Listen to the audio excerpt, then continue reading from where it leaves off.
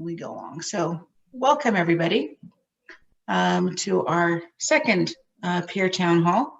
It's a gathering of our core community, people with an SCI who are joining us to help to learn what we're doing these days, what direction SCIO is moving in, and getting you to give us your feedback on what we're planning.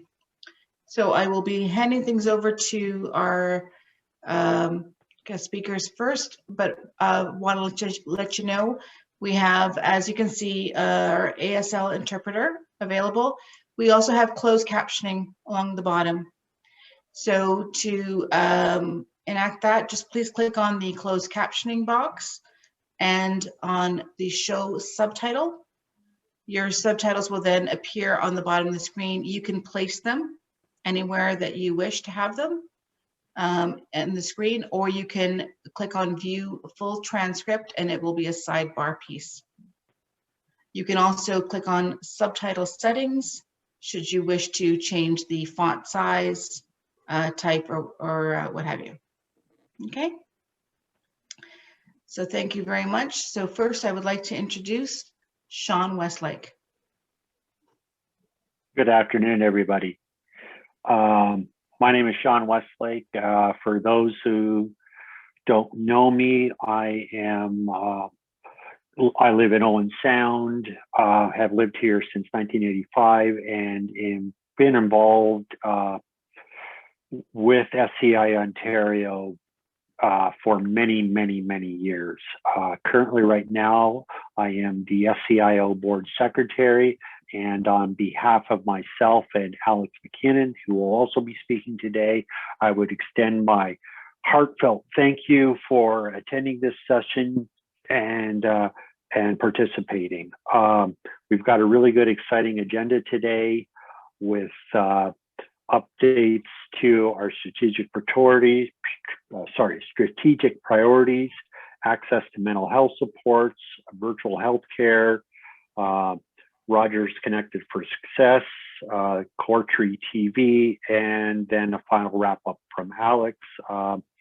We've got some really great people that have put together some time to give some presentations today, and I'd like to thank them in advance. So Stuart, Sheila, Dr. James Milligan, Peter, Oda, Alex, thank you for helping out with this wonderful event today. And again, thanks to you for taking time out of your day. I know it's we're all really busy, and especially in this times of COVID, it's been a challenge for quite a few of us. So we really do appreciate the feedback that you're going to give to us. So right now, I would like to turn it over to Stuart Howe.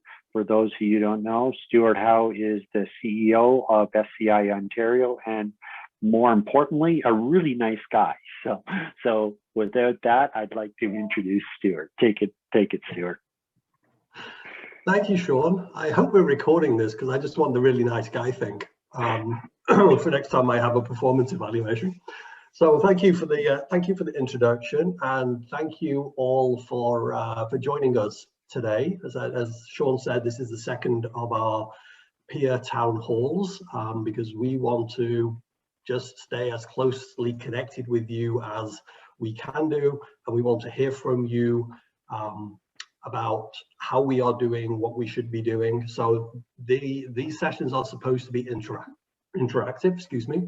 So please use the chat box, ask questions. That's what we are here for.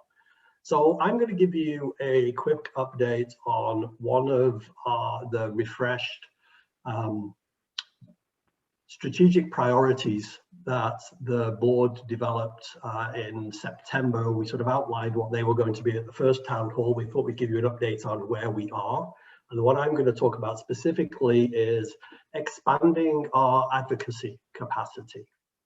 How do we increase our capacity to make a difference at municipal, provincial, and federal levels to improve the quality of life for our community? So unfortunately, we recently actually took one step backwards in expanding our capacity. 23 years ago, Spinal Cord Injury Ontario, along with the Canadian Spinal Research Organisation, the Ontario Brain Injury Association, and the Rick Hansen Foundation, advocated with the provincial government for some critical investment in research into neurotrauma and the development and implementation of best practices for recovery and community reintegration. The successful advocacy led to the creation of the Ontario Neurotrauma Foundation, ONF, of which many of you will be familiar. And it's ONF that's really been the organization that has led the neurotrauma community's work for the past 2 decades. And the investments has been at a level of about $4.5–5 million a year. So this has been a huge government investment into neurotrauma, for which we are very grateful. We have worked over those past 2 decades in lockstep with ONF to ensure that our community, you, have a loud voice and an active role in really every aspect of idea creation, research, best practice development, implementation, analysis, and the knowledge translation that's led to many significant improvements in recovery from neurotrauma. The work supported by ONF has really been the foundation in creating many of the public policy and the fundraising recommendations for which we've successfully advocated. So we advocate based on improving public policy, and it was ONF that led to a lot of the work, the background work that goes behind the cases for support. Over the past 12 months, ONF's been trying to renegotiate a new multi-year funding agreement with the Ministry of Health. However, with the advent of Ontario Health, a new focus within the Ministry on funding priorities, and probably most importantly, changes in government funding mechanisms, sadly, that agreement did not come to fruition this time. And as a result, ONF will actually be closing its doors for good tomorrow. It's a very sad day for the community. For us as an organization, it has been a step back this year, this fiscal year. We've lost over $200,000 in funding to support the public policy development work. And really, we've lost another $200,000 so far that we've been counting on for next year, that we wanted to, again, continue the incredibly important work. So it was one step backwards. However, we have been able to make a couple of steps forward. So when we heard about what was going on with ONF, we immediately engaged with the Ministry of Health and advocated very strongly that the government can change ministry structures and funding mechanisms. However, the need for neurotrauma research and implementation of best practices is as great now as it was 23 years ago. There may have been some great advances. There's a lot more that needs to be doing. Thankfully, the ministry has listened to others and many others, has listened to us and many others about this important work, and they have committed to continue the funding at the same about $4.5 million a year level. That is great news. The piece that still needs to be resolved is what that new funding mechanism is going to look like, and how do we ensure that the work that needs to be done is closely aligned with the work and the priorities of Ontario Health. We will get this resolved. It's not going to necessarily be an easy process, but we are committed to getting this resolved with the community, with the stakeholders, with the ministry. And we will ensure that our community remains at the very center of every stage of the work in the neurotrauma research, implementation, best practice development, because It is that lived experience, it is your voice, it is the community voice, which really drives to the outcomes that we need, that you need. So that is our commitment. The second step forward we have taken is the creation of a fundraising case to support our advocacy. You can get government funding to support public policy development and do the research. We need to then take that and actually do the advocacy work, and that's where we need the external funding. And so we've created a fundraising case for support, which will help us again at the municipal, provincial and federal levels, because at every level of government there is work that needs to be done. The new fundraising campaign will have a number of different components. We're going to be targeting corporate money, we're going to be targeting foundation money and individual giving. So we're going to be rolling this out soon, so please stay tuned for that. It's going to be an exciting campaign, and we're going to need a lot of the community working with us to help raise the necessary funding to keep the work going. Finally, one of the best and easiest ways you can help us expand our advocacy capacity is to get personally involved. Many of you on this call are already active advocacy campaign participants. Thank you for that. Please stay with us. We still need you. For those of you who aren't, please connect in with us, see and see where you can get involved. We have recently revamped our advocacy website pages, and our multitasking maestro Zena, I am hoping, is going to put the link into the chat where you can go learn what we're up to and learn how you can get involved. So that's my bit for today. I'm happy to answer questions. As I said, one step backwards, but there are a couple of ways we're moving forward. And again, we are committed to this priority. So I will stop there. Zena, I'm happy to answer questions if there are any. There are no questions at this point, but just a reminder just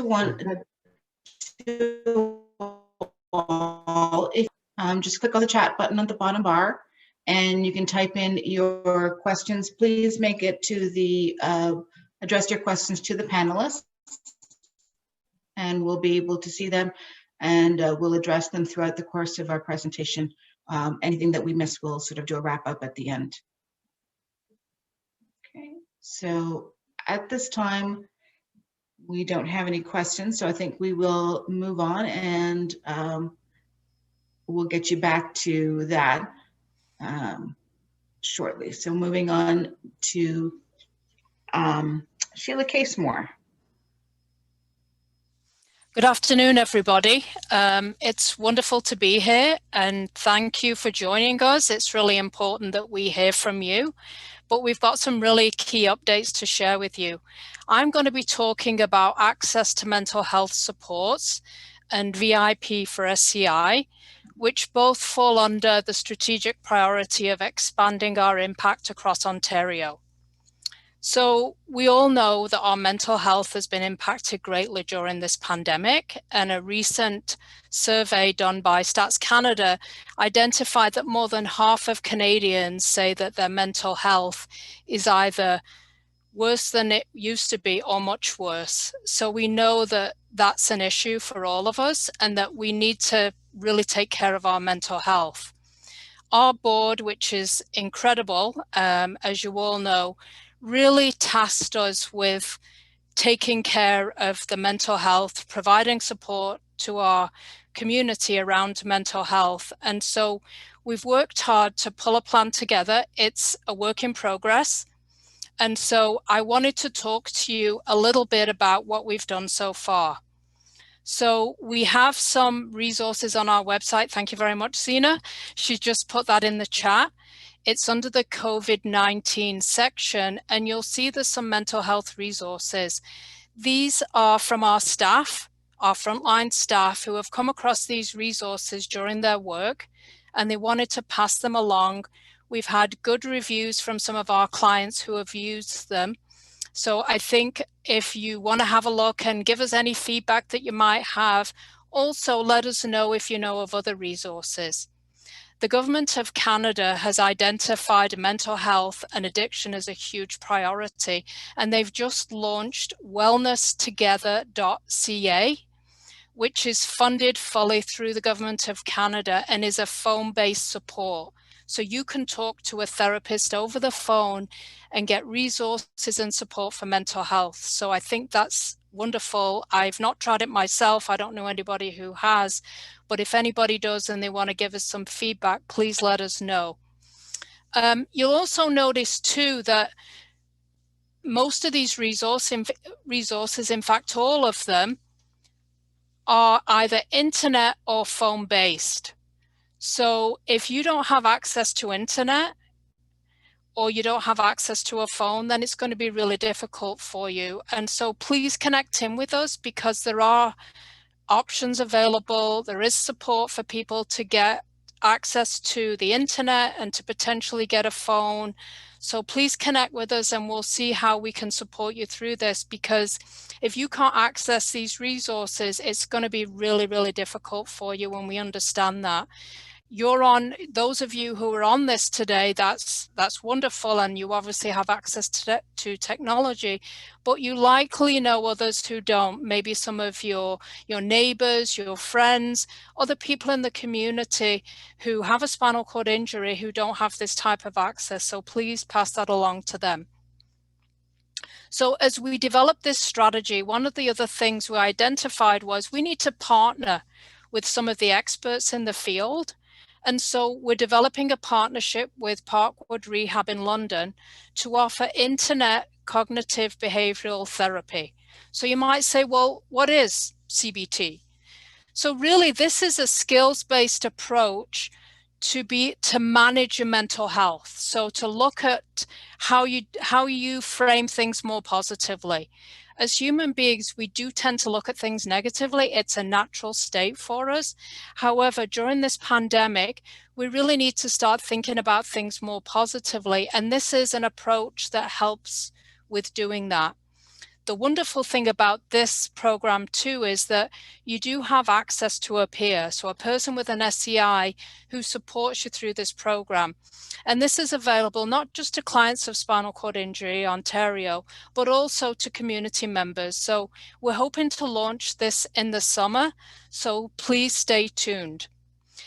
In terms of any feedback you have, and I hope Zena's going to put this in the chat as well, please get in touch with us at info@sciontario.org or at referrals@sciontario.org. We'd love to hear from you.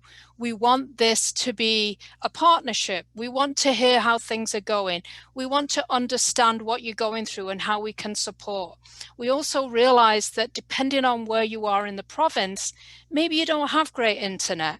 Maybe you have issues with your connection. So how can we support you through this?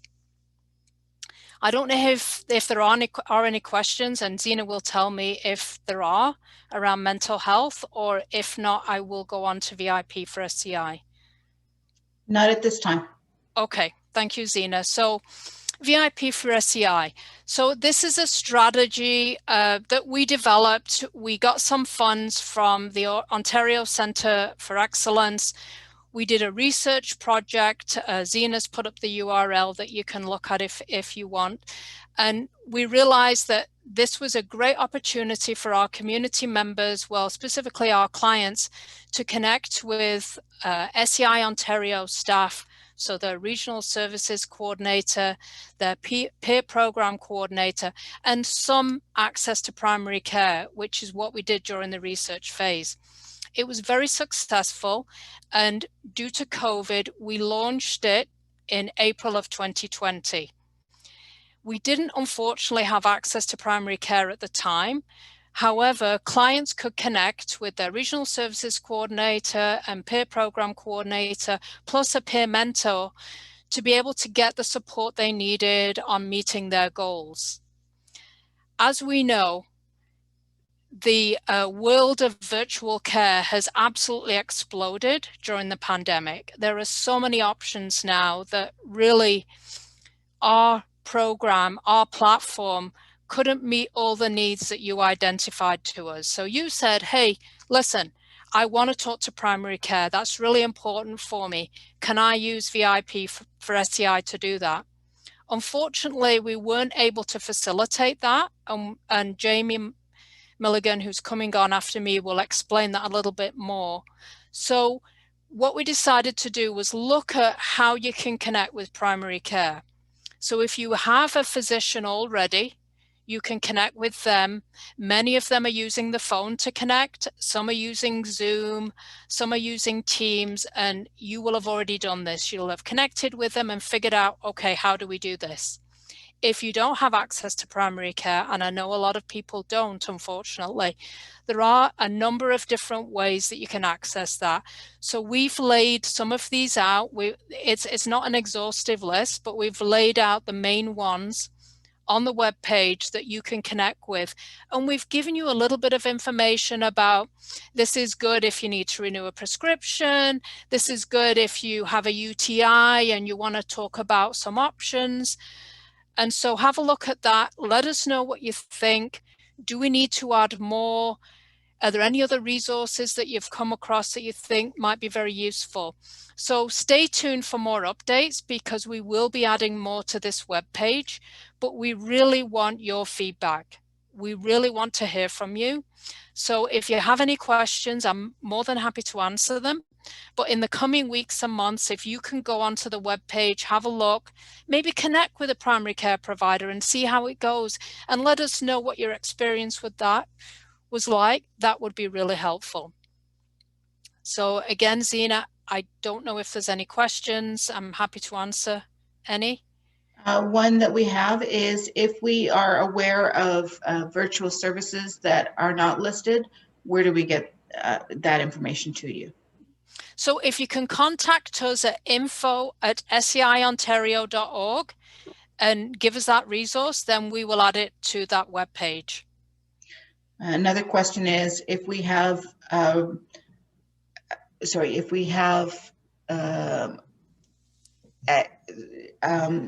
review of a particular service, can we also provide that?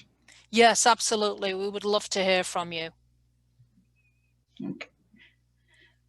That's all we have at this point. Thank you so much for your time. I really appreciate it. I know everybody's really busy, and I hope that we've been able to provide you with some updates that are useful. And as everybody has said so far, please keep in touch and let us know how we're doing. Thank you, Sheila. Next, we're going to hear from Dr. Jamie Milligan.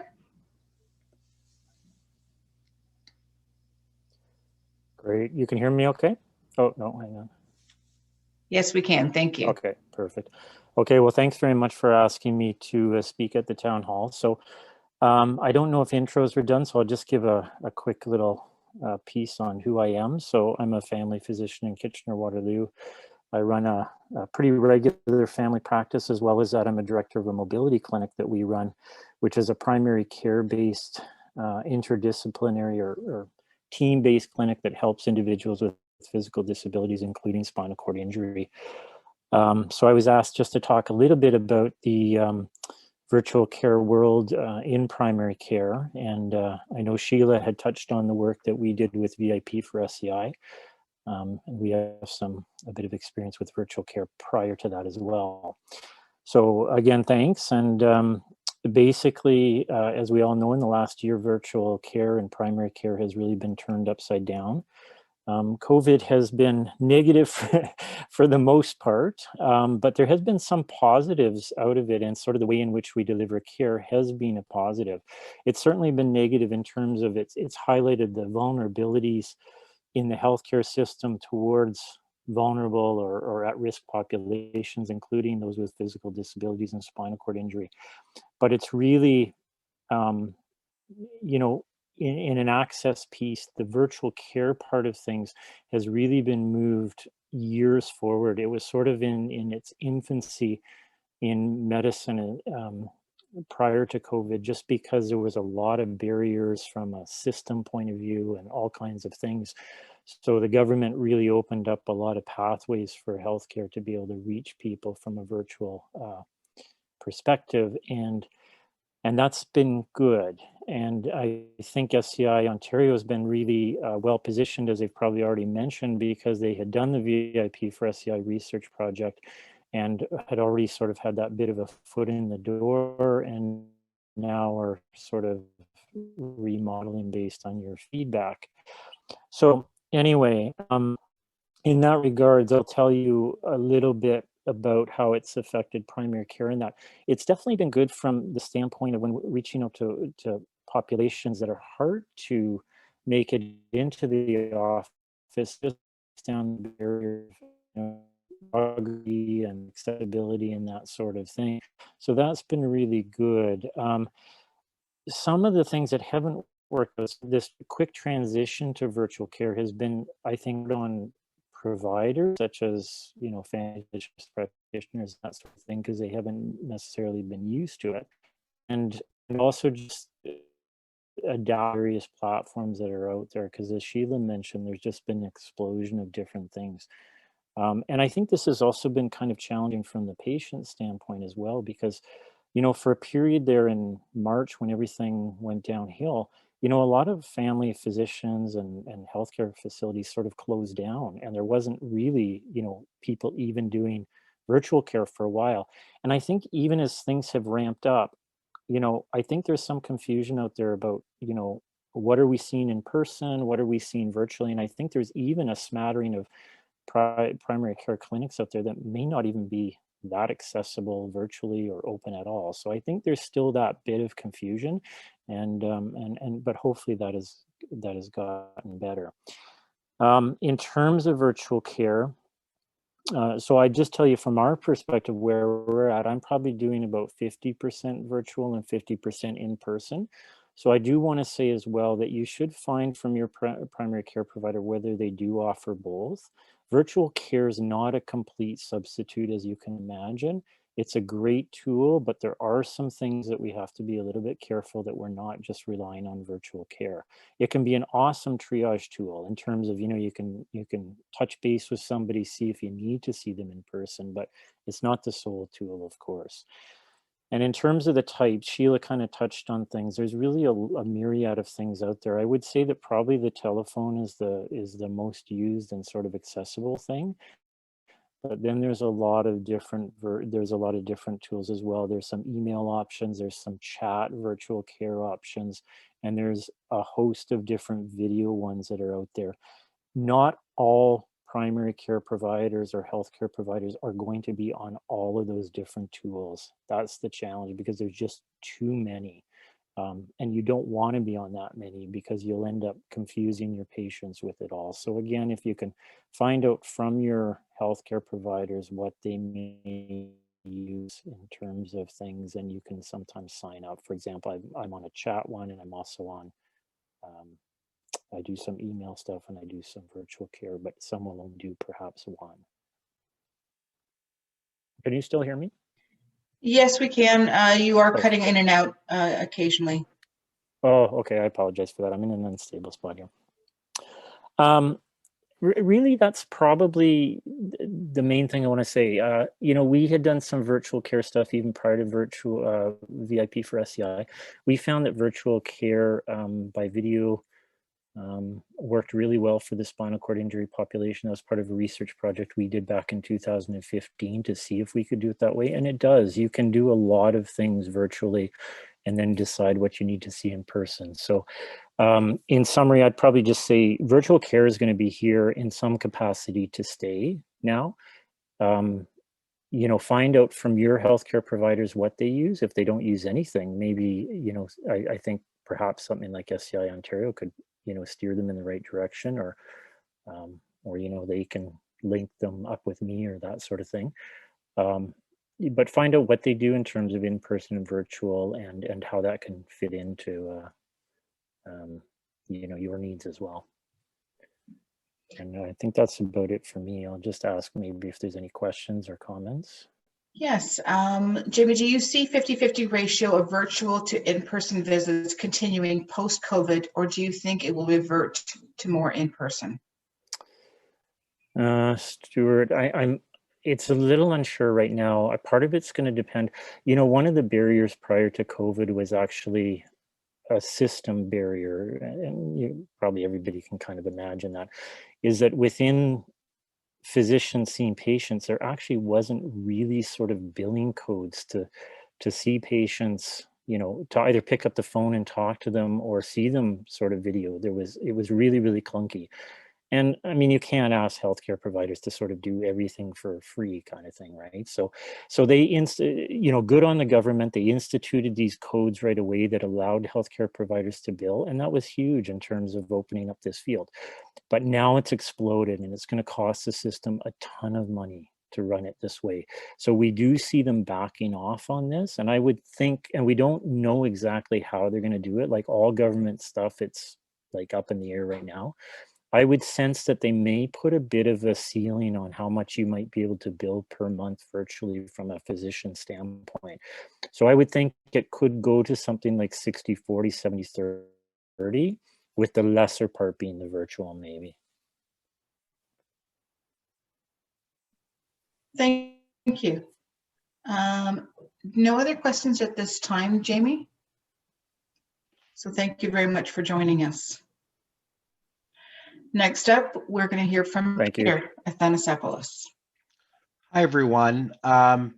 Absolutely, virtual care has been one of the things from a public policy perspective, and particularly what Jamie has acknowledged around physician billing, has been something that we've been actually trying to achieve way before the pandemic. And as Jamie alluded to, it's taken off since the pandemic, and we are actually trying to make some steps to create some retention there. We see the value of doing both, and despite there being some ceilings, our interests are to create some sustainability and stability around virtual care in the future. One of the areas that our community has told us loud and clear since the creation of virtual healthcare is that not everybody can access it. And we've received a lot of feedback around the affordability of internet coverage for people who are on fixed income or maybe on social assistance. So we've worked directly with the Ontario Disability Support Program. We've written them a letter, and we've been continuously working with the branch and the Ministry of Community and Social Services to be able to identify internet coverage as a discretionary benefit. The letter that we've written is in the chat, assuming Zena is listening to me, and you can see how we're approaching looking at a way in which we can get discretionary benefits covered in terms of internet access. One other area of interest that we've explored is working with some of the communication providers to look at some corporate responsibility around affordability of internet access. So one of the things that we were able to achieve is to work closely with Rogers Communications on a subsidized approach to offer internet access. Now, the program is called Connected for Success. The website is on the webpage, and it can allow you, if you were a person that is on social assistance or fixed income or geared to income, to access internet as low as $10 a month.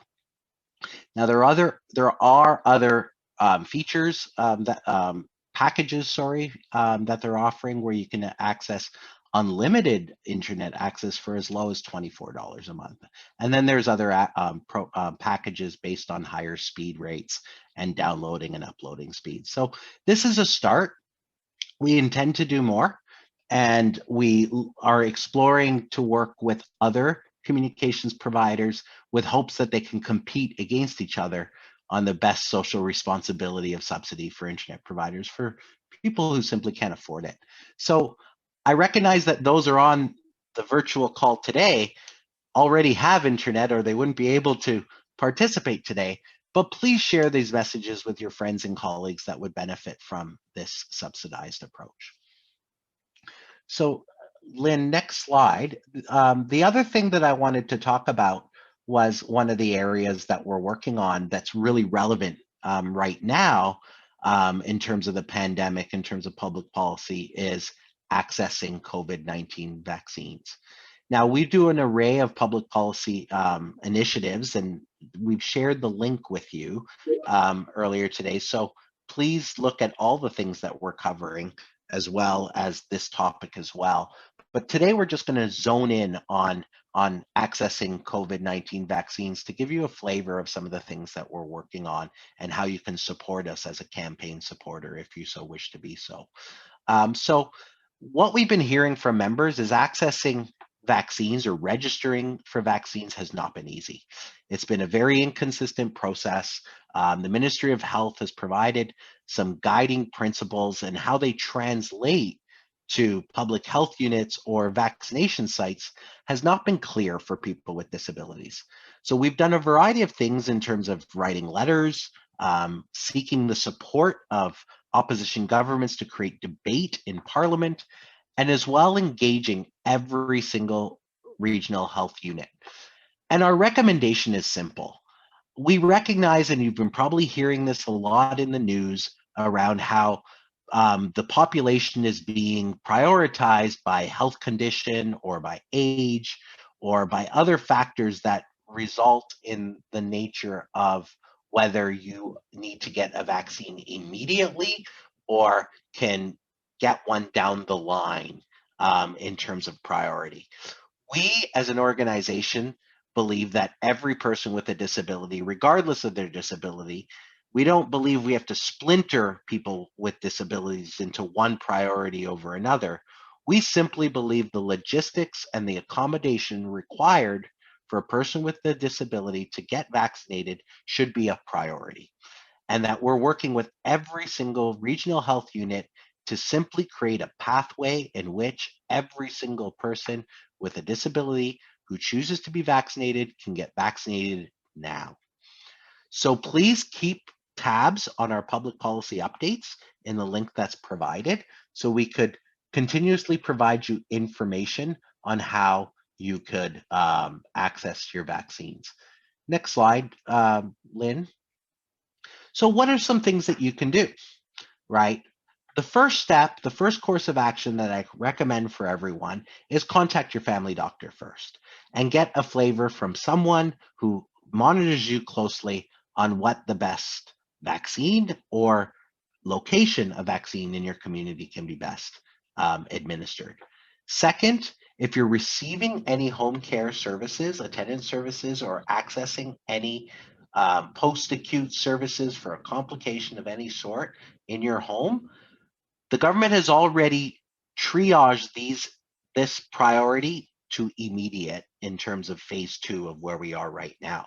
So if you connect with your family doctor or engage online with some of the vaccination sites or portals or family health units, you will be prioritized immediately by simply disclosing that you have a disability and that you access home care services.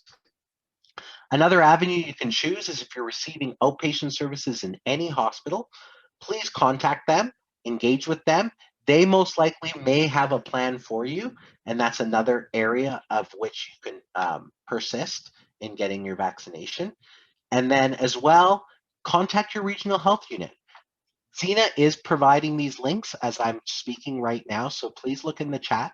So whether it's a hospital or whether it's a public health unit, we have links for you as well to be able to navigate through that. And last but not least, access the provincial Ontario vaccination portal. We recognize right now the portal is age-based. So I believe right now they're taking anybody who's 70 and over onto the provincial portal. But we expect to see changes in the next coming days and weeks as we've been hardly advocating for a stream and a pathway for people with disabilities. And our goal is to get something on the provincial portal that will allow you to get registered immediately for a vaccine. So look out for that. And if you're having challenges, reach out to us. reach out to info@seiontario.org. We have staff that are willing to help you on an individual basis through our regional services coordination and system navigation to get you the vaccine if you haven't got one already and you're having challenges in trying to troubleshoot how you can get your vaccine immediately. So that's it for me. I'm happy to take on any questions with regards to vaccine and help steer you in the right direction. At this point, Peter, we have a question with going back to the internet piece. Do you have to use Rogers, or could you use another internet service? So at this point in time, we have only created a partnership with Rogers. Our intent is to engage all the providers. We just had to start with someone. And the fact that now we've secured one provider, we can use that as leverage to other providers. So the short answer is no, not yet, but we're working on it. And do we have any indication of which type of vaccine is best suited for people with spinal cord injury? So there's no clear evidence around what vaccine is suited best for people with spinal cord injury. And the reality of the vaccine is, so people are aware, the vaccine does not cure COVID. All it does is prevent you from severely being hospitalized by having the vaccine. So at this stage, all of the vaccines have a 90% success rating in preventing someone who has the vaccine in actually being hospitalized by contaging the vaccine post-vaccine. And all three that have been introduced to the world, and the three that we're working in, AstraZeneca, Pfizer, and Moderna in Ontario right now, all have a 90% support rating for hospitalization. Now, there are nuances between how you feel in terms of getting the vaccine, but there's no consistency or no evidence to prove that any of these vaccines are harmful to you in any which way. Thank you. That's all the questions that we have at this time. Next, we're going to hear from Oda Alanizi, who's going to be speaking to us about Cortree TV. Hi, everybody. Happy early Easter. I'm a little nervous because I'm starstruck. I didn't know our ASL interpreter would be somebody that I used to watch every day behind Doug Ford. So that's pretty cool to see you, Chris. So yeah, a little bit about me. My name is Oda. I work in the Knowledge and Exchange Department, and I'm coming up to my second year at SCIO. We do a lot of cool projects, a lot of things that I'm interested in and proud of. But the project I want to talk to you about now is the one that I'm most proud of. It's called Cortree TV. It's an offshoot of Cortree education courses, which are courses that provide bite-sized education about interesting topics that are relevant to SCI and disability, like how to choose a wheelchair accessible vehicle and things of that nature. So Cortree TV is an offshoot. We also provide things like education and knowledge and in short bite-sized format, but the difference is that it's user generated. I do want to give a quick shout out to our first user generated content from Nadine. So yeah, Cortree TV is something that I started working on, and I wasn't sure how I would work on it along with my colleague Nancy. We weren't really familiar with making videos or providing education other than talking in person to people about our own personal lived experience. So we both always loved YouTube and making videos. So it was really interesting to learn how to do it. And it was surprisingly easier than I expected. I'm going to share my screen real quick. So this is the Cortree TV website. When you go to the left side, you click on Cortree TV, and this is the content that is user generated. There's a lot of varied things about all sorts of different topics, reviews, This is an interesting one by Nancy, where it's an experimental format where she animated the whole video. Over here, you can navigate the videos. And here are 2 videos we have from our first contributor, Nadine. And there's also things like this. If you click on this, you can access the videos directly. This is a video that I'm pretty proud of. But before I talk about that, I wanted to show you up here. If you go up here, you can easily click on share content. And you could share a link to your video. You can share a file. You don't even have to upload it anywhere. You can upload it directly to Core-Tree TV. Or you can keep it really simple and record your screen, like just as if you have a webcam like this, or you can buy one very cheaply. You could record your screen and talk directly to us about what you want to talk about. So there's also, if you access, this is how you navigate our website when you go to the left corner here. And these are the videos. These are the 2 topics we have right now. And you can navigate them by the right here. And this is the video that I'm quite proud of. But I'll show you, I'll segue into our social media. So once you click the video, which is uploaded, which is visible here, but it's uploaded to our YouTube channel, you can access the video. And here's our YouTube channel. This is the main video that, but we also have our videos here on our YouTube channel. So this particular video is one that I'm pretty proud of. I talk about my use of cannabis for neuropathic pain, which I had to face after having my spinal cord injury. I came to terms with it a few years after my spinal cord injury, actually. So this is the power of this kind of format, because you can talk directly to people in the community, which is, I think, the biggest strength of Core-Tree TV. We have a very curated content for a very specific audience, which is our SCIO community, as well as beyond, their caregivers, their family, and even people that are not in our community. We have a reach for because of our social media channel here on YouTube. As you can see, we have 144 views already, and a lot of them are people that are not subscribed. They just find the video through YouTube or through our platform. So the power, I think, in this kind of thing is you can talk and share what's going on or what you have to say. And in this particular video, I don't push my perspective or force anything on anyone. If you check out this video, I'm basically telling you my personal experience, as well as sharing that of a few others with SCIs as to how cannabis helps us with pain or spasms. And we do acknowledge that it's not for everybody, but this is our experience. And I think that's the thesis of what Core-Tree TV is. What I do might not work for you, but this is what I do, and this within the context of my disability. So yeah, that's pretty much it for me. Lastly, I wanted to plug a webinar that we have coming up with for cannabis and spinal cord injury specifically, and it goes along well with this video. So yeah, please try to join our community. I'm sure everybody has something to say. Everybody has something valuable to add to the conversation. The email has already been put out there, but it's info@sciontario.org.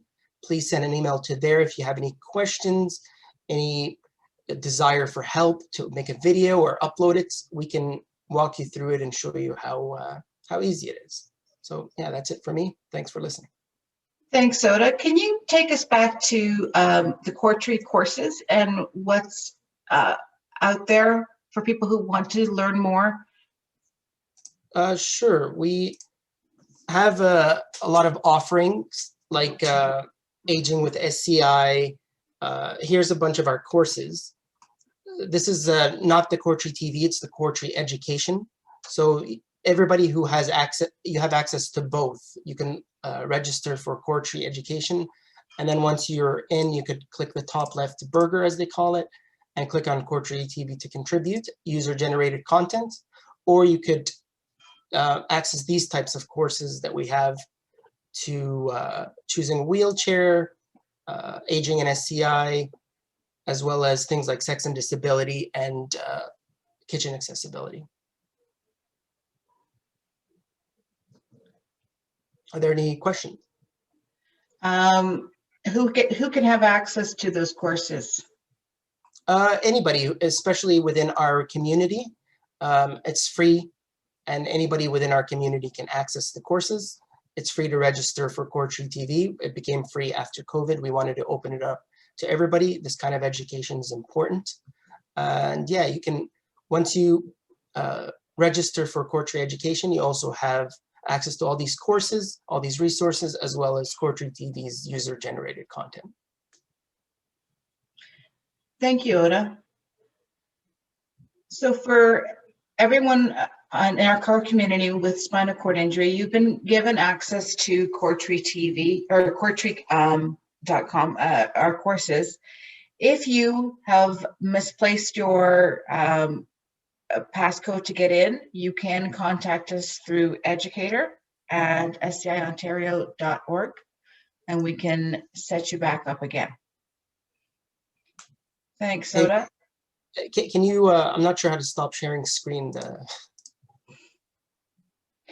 I will leave that to VJ to kick you off.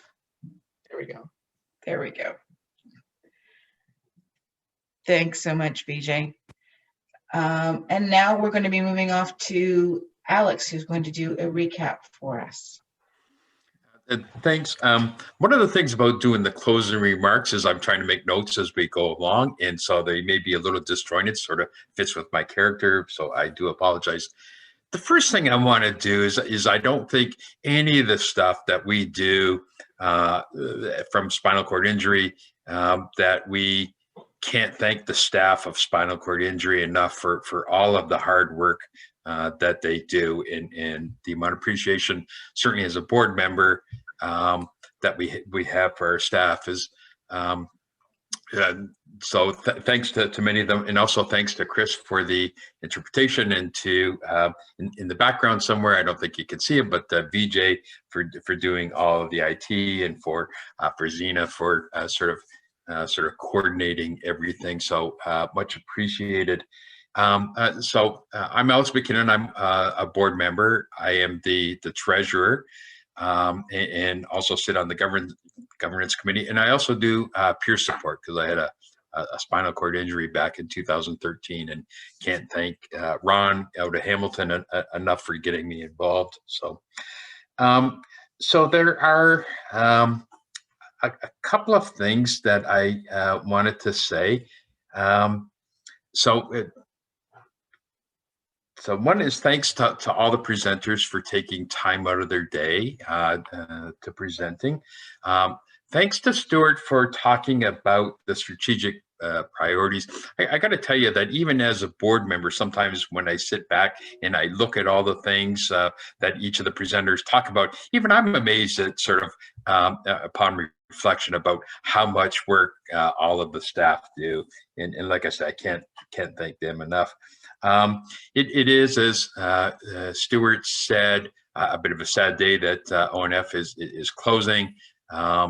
And, you know, it's a sort of one step backwards, and, you know, we have to figure out how we move forward. And so that's certainly a challenge for us, as well as sort of around the fundraising for the advocacy. I'm going to talk about Peter in a second, but there's never been so much need for advocacy, and we certainly need to look at the fundraising. And for those that were part of spinal cord injury, I had a comedy night the other night, which was great, and helped raise funds. To Sheila talked about the mental health for everybody. This has been a difficult time for everybody. I know I look around at all the people that I work with through my day job. I look at my family and stuff, and it is everybody sort of handles it differently, but in general, it is a very tough time for everybody. The one thing I do hear a lot is that people are zoomed out. But the one good thing about this whole process is that we're actually, in some ways, a little more closely connected. So we sort of invite each other into our homes. You can see I'm sort of sitting in a spare room here full of junk, but I've got, we all sort of invite each other into each other's homes. And so there is a level of being sort of more interconnected than we were before, but there is that still that mental health, about the need to stay positive, and it's continue to have a positive outlook. The other thing I should say is that sort of as a board and as staff, we continuously look at the things that we are doing, and the VIP for SCI was one of those things that we started off was a great idea, but upon reflection at some point said, it's not a path that we should probably continue down, and made the decision not to support it. And that's sort of the board and the staff doing their job, taking a look at what we undertake and making sure that we allocate our sort of scarce resources amongst the really important priorities. And so that means that your board is actually working when we're doing different things.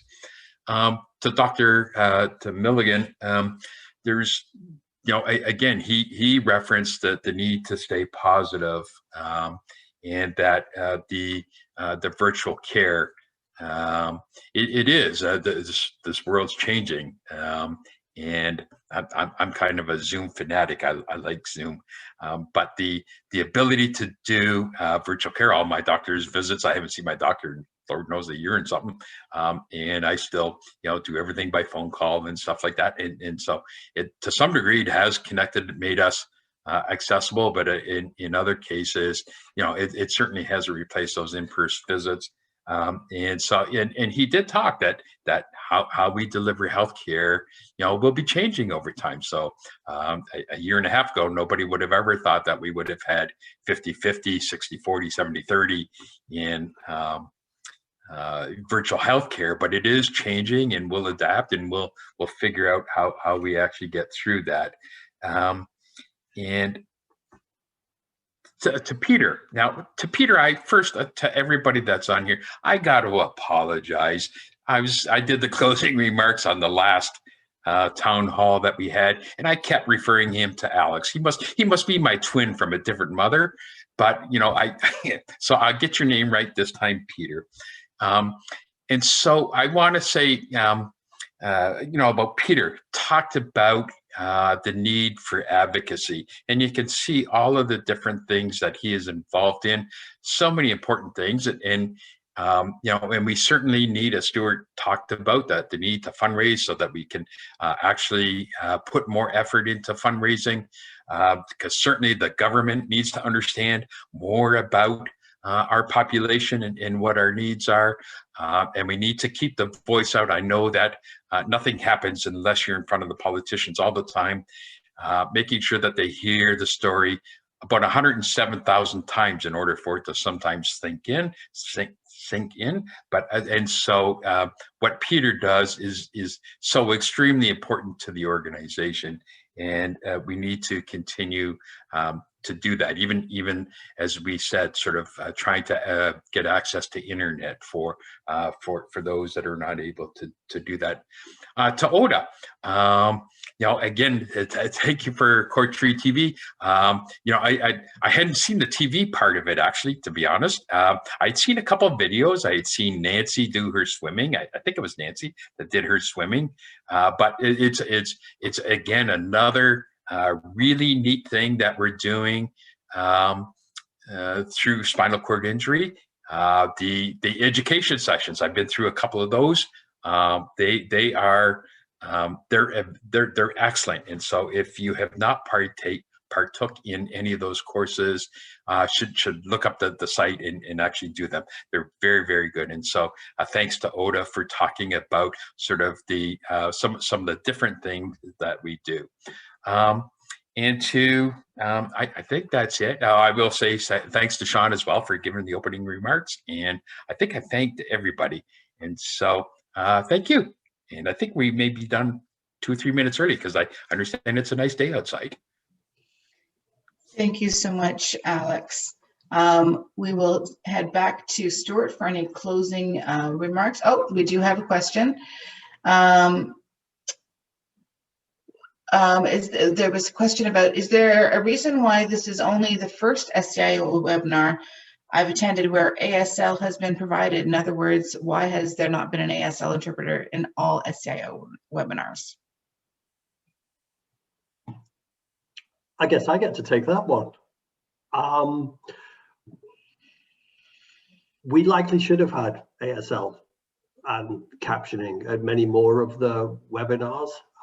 It is something that we are working on and ensuring that we as an organization, we talk about accessibility for all, but we've got to make sure as an organization that we are actually accessible for all. So apologies for past missteps, but this is the first event in my time where we've had ASL and closed captioning, and for the public events going forward, that's what we're going to be doing. So it was a misstep, but if we want Ontario to be fully inclusive, we as an organization have to be fully inclusive, and that is our commitment to the community. I don't have any other profound words. I think, Alex, thank you for summing it up so nicely and doing all the thank yous. The next one of these peer town halls is actually going to be in June. We're going to be doing a full sort of year in review and also talking about what our plans are for next year. And if that sounds eerily like it might have a few components of an AGM in it, it's probably because it will have a few components of the AGM involved in it. But again, we want you, the community members, to understand what goes on. So please, we will look forward to seeing everybody again in June. If questions, comments, concerns come up between now and June, we're easy to get hold of. There's lots of links to do that, and we would love to hear from you. Positive or negative, we want to hear from you because we're only here for you. So with that, 5 after 5, and if I looked at the agenda carefully, I think we're dead on time at this point. So I will say good evening to everybody. Enjoy the rest of your evening. We'll all be in touch soon. Thank you, everybody. Bye-bye. Bye.